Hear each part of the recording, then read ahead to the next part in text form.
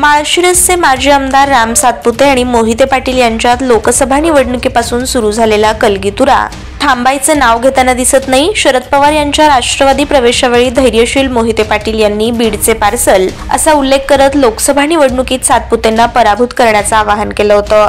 लोकसभेपाठोपाठ विधानसभेलाही पराभूत झालेल्या सातपुतेंनी मोहिते पाटलांवर हल्लाबोल सुरू केलाय। खासदार धैर्यशील मोहिते पाटील यांनी त्याबाबतची तक्रार करताना काही पराभूत लोक विकास कामात लुडबुड करतायत असं म्हटलं होतं। आमदार अभिजित पाटील, समाधान अवताडे, राजू खरे, पुनर्वसन अधिकारी मोनिका ठाकूर, प्रांताधिकारी सचिन इथापे आदींच्या उपस्थितीत पंढरपूर तालुक्यातील प्रकल्पग्रस्तांच्या अडीअडचणींसंदर्भात पुनर्वसन अधिकारी आणि प्रांताधिकारी यांच्या उपस्थितीत बैठक झाली। त्या बैठकीनंतर माध्यमांशी बोलताना खासदार मोहिते पाटील यांनी माजी आमदार सातपुते यांच्यावर नाव न घेता टीका केली।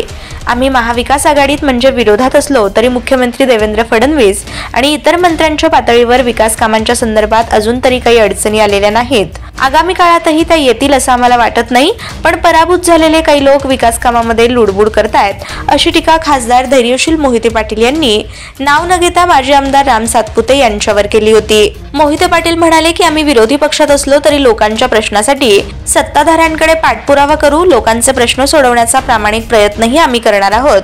मात्र काही पराभूत झालेले लोक विकास कामांमध्ये लुडबुड करून जनतेची दिशाभूल करण्याचं काम करीत आहेत।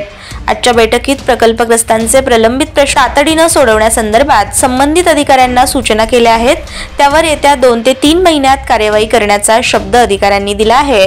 तसेच सांगोला ते दानापूर अशी किसान रेल्वे सुरू करण्याची आमची मागणी आहे। सातारा, मिरज, मुंबई अशी दररोज रेल्वे सुरू करावी यासाठी प्रयत्न सुरू आहेत।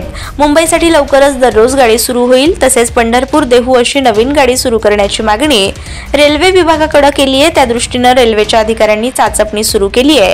राज्यातील वाढत्या गुन्हेगारीमुळे जनता चिंताग्रस्त आहे।